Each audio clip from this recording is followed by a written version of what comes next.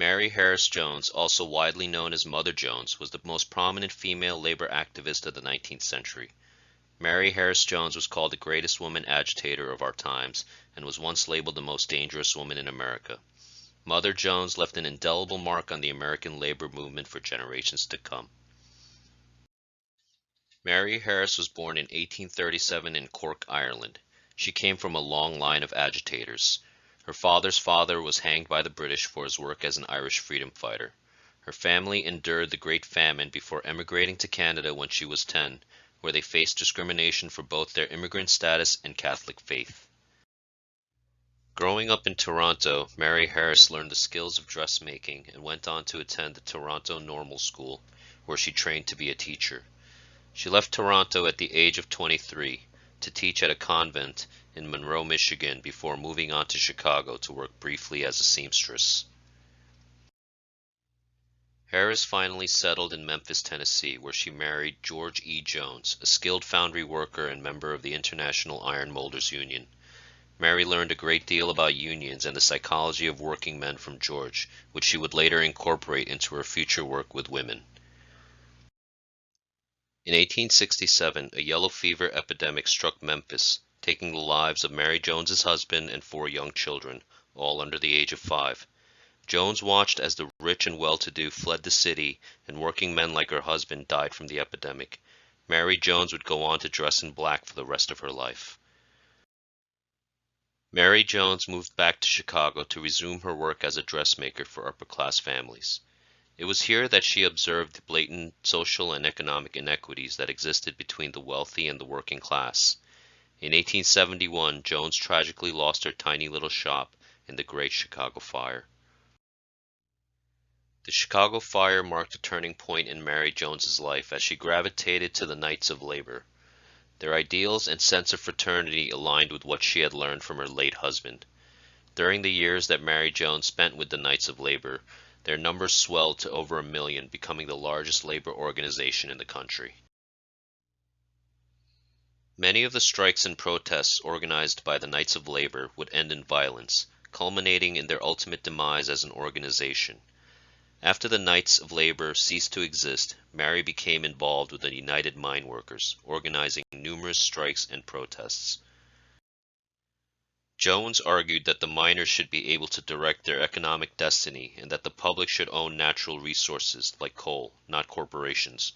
Jones helped organize in places like the coal fields of Pennsylvania, West Virginia, and even as far as Colorado. She was even employed by the United Mine Workers for several years. Although Mary Jones's labor activism was born in Illinois, she traveled all over the country championing different causes in different industries and states. For a quarter century, she crisscrossed America with no permanent residence. "My address is like my shoes. It travels with me wherever I go," she once said. Whether it was striking garment workers in Chicago or streetcar operators in El Paso, Mary Jones would travel to wherever the call was made for fair wages and safe working conditions. She often lived with the striking workers in tent colonies and shanty towns, earning the title of Mother Jones. In 1903, textile workers in Philadelphia went on strike primarily for the reduction of work hours in a week. Of the nearly 100,000 striking workers, 16,000 were under the age of 16 years old, some as young as 8 or 9. By June of that year, Mary Mother Jones had joined the cause. While organizing with the striking textile workers, Mother Jones would see children enter the union headquarters, many with hands or fingers missing from accidents at the textile mills. Many of them were younger than 10 years old, even though state law prohibited children from working before the age of 13. On July 7, 1903, Mother Jones led the March of the Mill Children, also known as the Children's Crusade, on a 3-week march from Philadelphia to then-President Theodore Roosevelt's summer home in Oyster Bay, New York. The march brought public attention to the plights of child labor and energized efforts to end it by law. As the marchers made their way north, farmers, unionists, and other allies fed and sheltered them. At night, Mother Jones and the marchers would stage rallies with music, skits, and speeches, sometimes drawing thousands of spectators. There Mother Jones would deliver her famed the Wail of the Children speech. Addressing the president, Mary Jones stated, "We want him to hear the wail of the children who never have a chance to go to school, but work from 10 to 11 hours a day in the textile mills of Philadelphia, weaving the carpets that he and you walk on, and the curtains and clothes of the people." Mother Jones was banished from more towns than any labor activist in the country. She was also arrested numerous times, most famously during the Paint Creek Mine War in West Virginia. Her arrest and sentence of 20 years created such an uproar that the governor was compelled to set her free at the age of 85 years old. Jones's work as an activist was often contentious and seemingly contradictory.